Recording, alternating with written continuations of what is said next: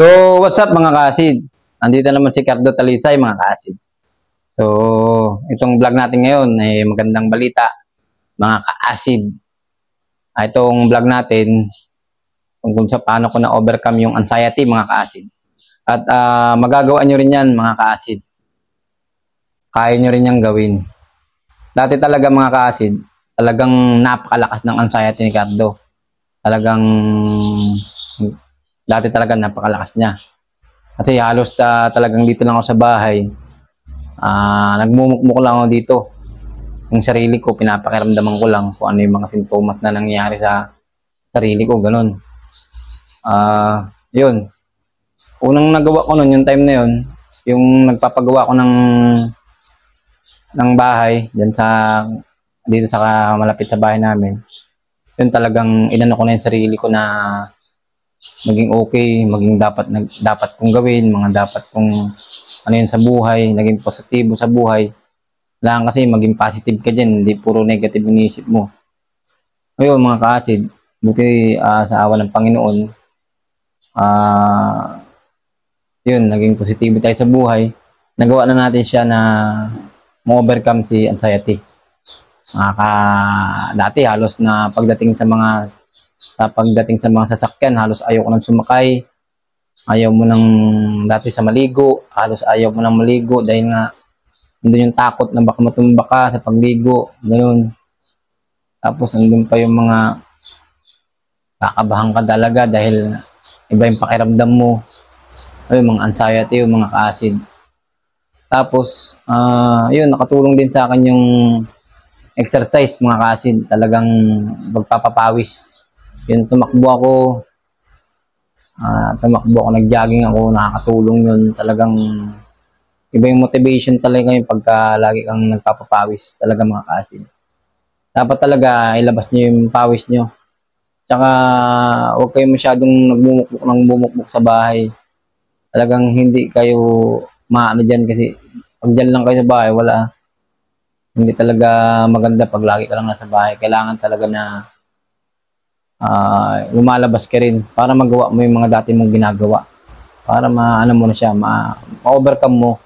Yun ang tamang proseso mga ka-acid. Kasi yun ang ginawa ko talaga. Dapat gawin nyo rin yun para ma-overcome nyo yung anxiety. Tapos syempre, na-overcome ko rin yung anxiety dahil syempre pagka sa mga pagkain, nakakain ko na yung mga pagkain na ano ko, na yun, nakakain ko na siya. Mga kahit anong gulay, prutas, manok, baboy, nakakain ko naman siya. Pero syempre may mga baboy naman, ano na tayo magbaboy, kumbaga madalang din, pero kumakain na tayo. Kasi kailangan din natin sa katawan yan.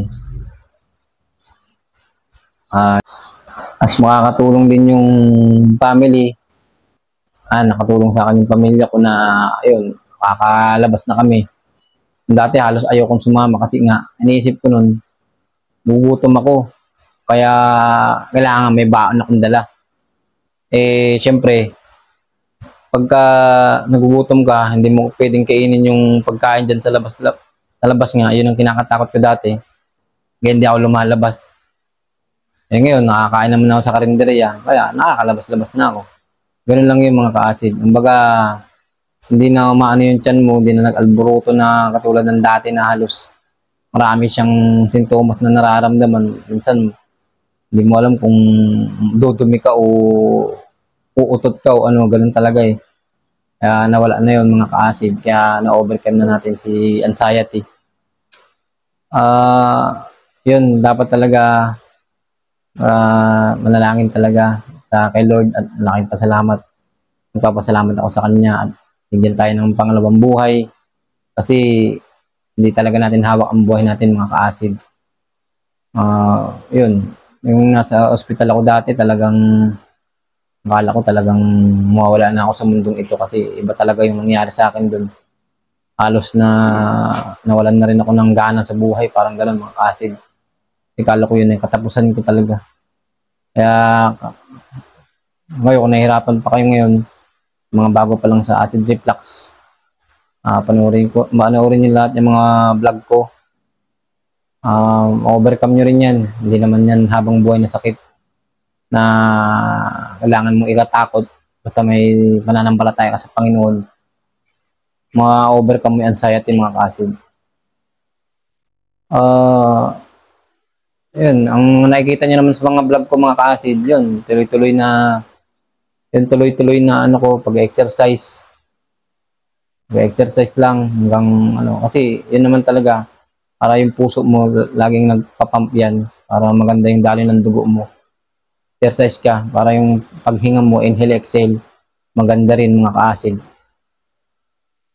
Sa mga pagkain naman, umiwas lang kayo sa mga bawal. Ngayon, pagka umuwi na yung tiyan nyo, at hindi na katulad ng dati, mararamdaman nyo rin yan, mga kaasid, na umuwi na yung tiyan nyo.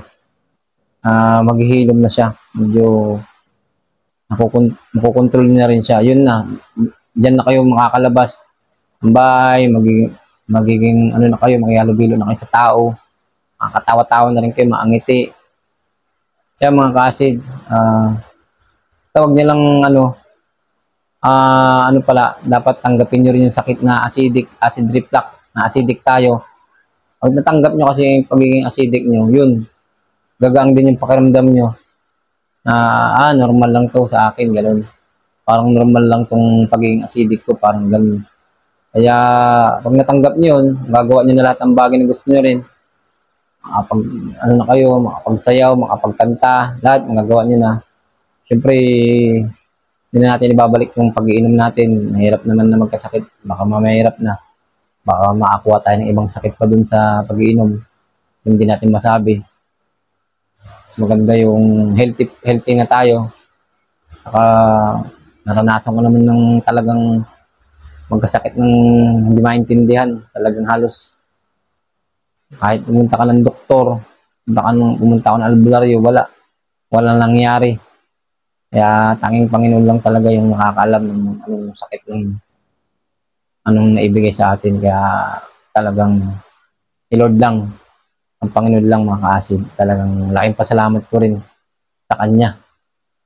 Yan, nalagpasan naman na natin yung na-overcome na natin si anxiety. Talagang akala ko dati, hindi ko na kaya talagang hinang-hina yung katawan ko, mga kaasid. Kaya salamat ako talaga sa Kanya dahil hindi niya tayo pinapabayaan. Tuloy-tuloy na lang natin yung pagdadasal lagi tuwing umaga at bago matulog, pagkagising at saka bago matulog. Tapos pag may pupuntahan na magdasal lang kayo para hindi kayo kabahan, kasi yun lang talagang ginagawa ko, mga kaasid. Talagang pray talaga. Kasi nasa Kanya naman talaga ang natin, ang buhay, sa siya lang nakakalam. Kaya huwag kayong matakot. Sabi ko nga sa inyo, huwag kayong matakot dahil galing ako dyan sa mga ganyan na mga nangyayari sa katawan. Huwag kayong matakot dyan, mga kaasid. Anxiety lang yan. Ngayon, mga kaasid,